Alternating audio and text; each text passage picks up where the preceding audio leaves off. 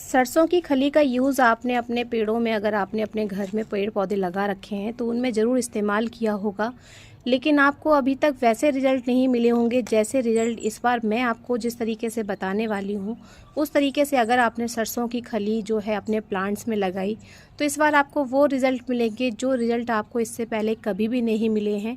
क्योंकि सरसों की खली एक ऐसी खाद है जिसका इस्तेमाल हम अपने इंडोर प्लांट्स में, आउटडोर प्लांट्स में, फूल वाले पौधों में, सब्जी वाले पौधों में, किसी भी तरह के पेड़ पौधों में हम इसका इस्तेमाल जो है बहुत ही आसानी से कर सकते हैं।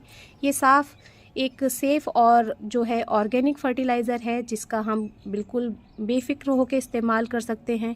लेकिन फिर भी हम इसमें किसी चीज़ की कमी छोड़ देते हैं जिसकी वजह से हमें इसके रिज़ल्ट तो मिलते हैं, लेकिन वो रिज़ल्ट हमें नहीं मिल पाते हैं जिनकी हम उम्मीद करते हैं कि हम सरसों की खली अपने प्लांट्स में लगाएंगे और उसके बाद में बम्पर फ्लावरिंग या बम्पर पैदावार मिलेगी, लेकिन ऐसा हो नहीं पाता है।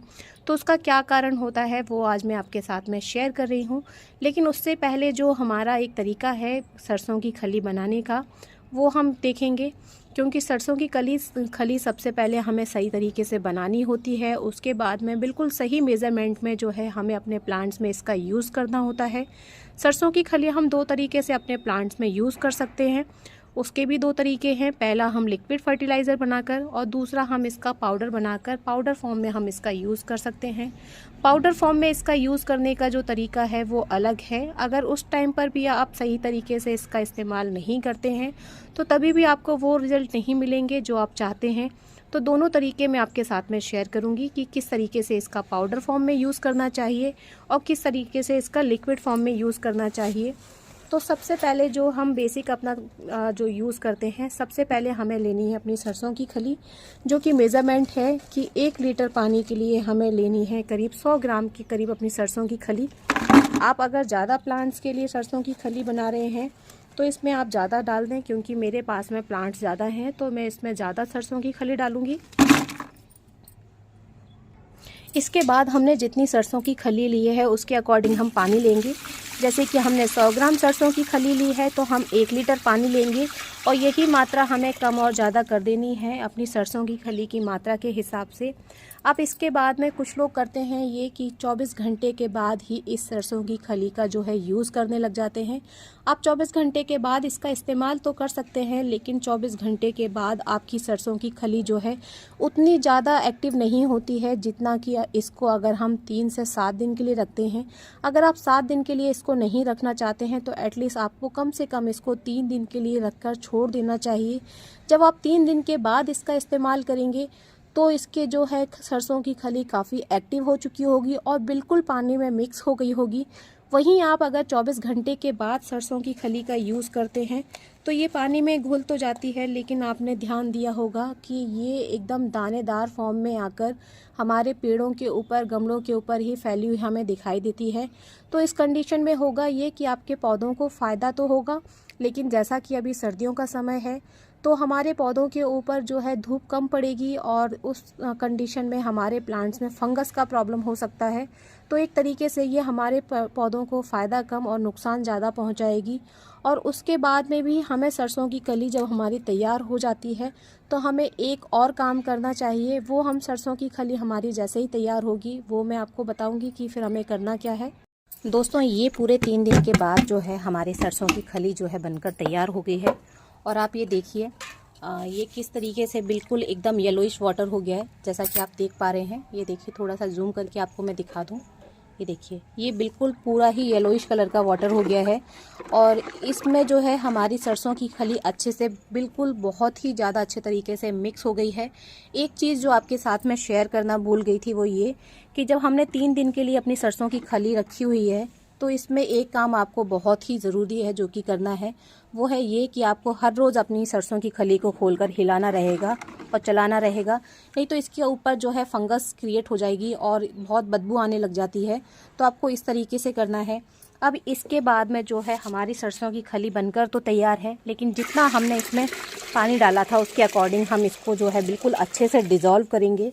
और डिज़ोल्व करने के बाद में जो मैंने आपको बोला था कि जब हमारी सरसों की खली बनकर तैयार हो जाएगी तो हमें दूसरा काम करना रहेगा, वो हमारा दूसरा काम ये है कि हम इस सरसों की खली को अपने प्लांट्स में इस तरीके से बिल्कुल भी नहीं लगाएंगे। सबसे पहले हम इस पानी को छानेंगे। अगर आप पानी को नहीं छान सकते हैं, जैसे कि मेरे पास में इसको छानने के लिए कुछ नहीं है, तो हम थोड़ी देर के लिए इस पानी को जो है सेटल होने देंगे। जब ये पानी अच्छी तरीके से बिल्कुल सेटल हो जाएगा और जो हमारी सरसों की खली है जो कि मिक्स नहीं हुई है, जिसके दाने दाने से रह गए हैं, वो इसमें नीचे पूरे अच्छे तरीके से सेटल हो जाएंगे, तब हम इसके ऊपर का जो पानी है बिल्कुल पतला पतला, वो हम अपने प्लांट में डालेंगे। अब जैसा कि मैंने आपको दूसरा तरीका बताया था इसको यूज़ करने का, वो और सरसों की खली के बाद में हमें क्या अपने प्लांट में डालना है, वो दोनों चीज़ें मैं आपके साथ में शेयर करूँगी। तो सबसे पहले मैं आपको अपने कड़ी पत्ते के पौधे के ऊपर जो है सरसों खली का पाउडर किस तरीके से यूज़ करना है वो आपके साथ में शेयर कर रही हूँ। उसके बाद में जो है हम अपनी सरसों की खली को यूज़ करने के बाद में कौन सा लिक्विड या कौन से खाद अपने प्लांट में लगाएंगे जिससे कि हमें सरसों की खली के पूरे फ़ायदे मिलें, वो मैं आपके साथ में शेयर करूँगी। तो जो ये पाउडर है इसको जब भी हमें अपने प्लांट में लगाना है तो सबसे पहला काम हमें करना होता है कि हमें अपने प्लांट की जो मिट्टी है उसको हमें प्लांट की जो जड़ें हैं उसके साइड से करीब 2-2 इंच गहराई तक इसको हमें इस तरीके से खोद लेना है। आप ये देखिए करीब 2 इंच की गहराई तक हमने जो है इसमें गड्ढा कर दिया है और यही काम आप अपने प्लांट में चारों तरफ से भी कर सकते हैं। ये देखिए कुछ इस तरीके से हमने इतनी मिट्टी इसकी हटा ली है और अब हम अपना लेंगे सरसों की खली का पाउडर, जिसको मैंने घर में ही जो हमारा खड़ी हुई सरसों की खली थी उससे हमने बनाया था। अब हम करीब 1 चम्मच के करीब, या फिर आप अपने गमले के साइज़ के अकॉर्डिंग इसका इस्तेमाल कर सकते हैं। इसको जो है हमें अपने प्लांट में अच्छे से फैला देना है और फैला देने के बाद में हम इसको जो है मिट्टी से कवर कर देंगे। कभी भी सरसों की खली का जो पाउडर है या नीम खली का पाउडर है, आपको इसको जो है गमले की ऊपरी सतह पर नहीं फैलाना है, क्योंकि जब आप इसको गमले की ऊपरी सतह पर फैला देते हैं तो ये आपके प्लांट को फ़ायदे की जगह नुकसान पहुंचाती है। क्योंकि इससे होता ये है कि आपके प्लांट में फंगस का प्रॉब्लम होने लग जाता है, तो आपको जो रिज़ल्ट इसके यूज़ करने से मिलने वाले होते हैं वो नहीं मिलते हैं और हमारे पौधे में फंगस की वजह से बाकी के जो प्रॉब्लम्स होते हैं वो क्रिएट होने लग जाते हैं। बस इस तरीके से आपको इसको लगा देना है और इसके बाद में आप अपने गमले में जो है पानी डाल देंगे। अब हमारी ये जो सरसों की खली है पूरी अच्छे से नीचे की तरफ जो है सेटल हो गई है। अब हमने ऊपर से जो है, अब देखिए बिल्कुल एकदम पतला पतला सा लिक्विड जो है हमने ले लिया है। और सरसों की खली को लगाने का एक रूल ये भी है कि आप अपने जिस किसी भी प्लांट में सरसों की खली लगाने वाले हैं उसकी मिट्टी की अच्छे से गुड़ाई कर लें, फिर अपने प्लांट की नीड के अकॉर्डिंग आप उसमें डाल देंगे। आप इसका यूज़ अपने फूलों वाले पौधों में, सब्जी वाले पौधों में, हर तरह के प्लांट में जो है कर सकते हैं। इसके बाद हम अपनी जो दूसरी खाद है उसका इस्तेमाल करेंगे, लेकिन हमारी जो दूसरी खाद है उसका इस्तेमाल हम सरसों की खली का यूज़ करने के 7 दिन के बाद करेंगे। उससे पहले हमें इसका इस्तेमाल नहीं करना है। अगर इससे पहले हम इसमें सरसों की खली के बाद में उस खाद का इस्तेमाल करेंगे तो हमारे पौधे की जो जड़ें हैं वो जल सकती हैं।